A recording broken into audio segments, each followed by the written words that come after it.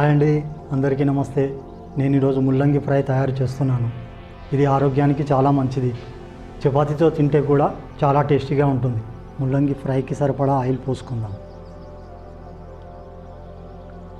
ఇప్పుడు కొద్దిగా మినప్పప్పు, శనగపప్పు వేసుకుందాం. హాఫ్ స్పూన్ జీలకర్ర వేసుకుందాం. హాఫ్ కేజీ ముల్లంగి కట్ చేసి పెట్టి వేసుకున్నాను.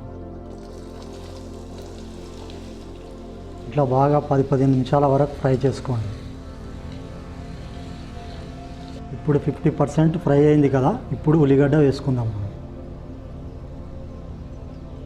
నేను ముందుగా ఉల్లిగడ్డ ఎందుకు వేసుకోలేదంటే ముల్లంగి తొందరగా ఫ్రై కాదు, ఉల్లిగడ్డ మాడిపోతుందని. అది 50% ఫ్రై అయిన తర్వాత ఉల్లిగడ్డ వేసుకున్నాను. ఇప్పుడు అల్లం పేస్ట్ వేసుకుందాం. పసుపు కూడా ఉప్పు వేసుకుందాం. కొద్దిగా కరివేపాకు వేసుకోండి.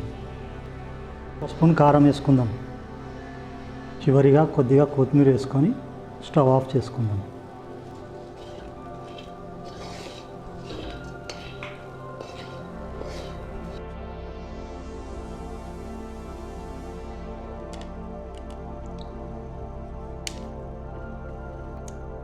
సూపర్ వచ్చిందండి, బాగా టేస్ట్ వచ్చింది.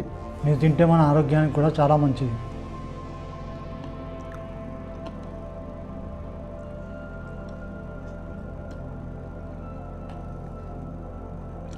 మంచి వీడియోతో మళ్ళీ కలుస్తా.